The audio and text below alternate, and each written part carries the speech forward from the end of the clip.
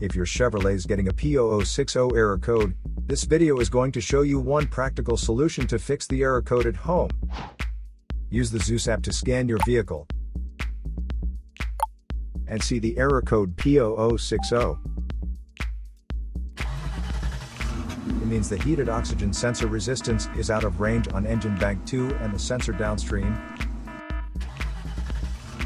Here is one of the most practical solutions to fix Chevrolet's P0060 error code. Method A, the heated oxygen sensor. This heated oxygen sensor is located right after the catalytic converter. Bank 2 is on the side with cylinder number 2. Sensor number 2 is usually the downstream sensor behind the converter. Visually check the heated oxygen sensor's electrical connections, wire harness, and metal tabs for any damages.